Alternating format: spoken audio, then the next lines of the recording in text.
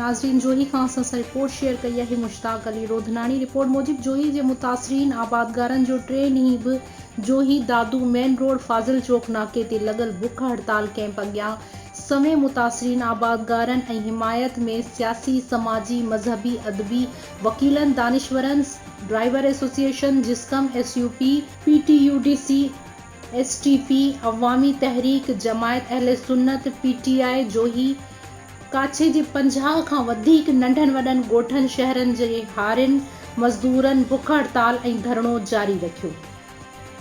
इन सिलसिले में जोही जे आबादगारन अब्दुल लतीफ जमाली, सिकंदर अली जमाली, शमन खोसो, इमाम अली रुस्तमानी, हाजी हुसैन लाशारी ऐं ॿियनि मीडिया अॻियां दाहींदे इल्ज़ाम हयो त जोही बैराज में मुंड ते बाअसर खातेदारन जो कब्ज़ो हुअण करे पुछड़ी जे 8 खां वधीक शाखुनि ते लखें एकड़ ते मुश्तमिल फसल जी उम्मीद ही नज़र नथी अचे। सॼो इलाइक़ो आबाद न थियण करे वीरानी में छांइजी वियो आहे। हाणे आबादी त नाहे मगर बची वियल चुपायो माल भी उन वगी मरी रहियो आहे। हज़ारे हारिन खातेदारन बचन समेत व्याजन जे कर्जन में गर्क ऐं फाका कशी में मुब्तला थी विया आहिनि।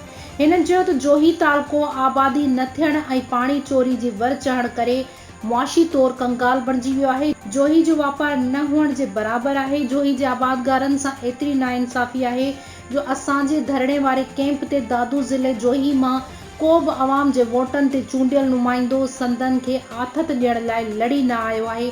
हिननि इख्तियारनि खां पुरज़ोर मुतालबो कयो आहे त जेसिताईं जोही पुछड़ी जे मुतासरीन शाखुनि ताईं ज़रई पाणी न पहुचंदो तेसिताईं जद्दोजहद जारी रहंदी।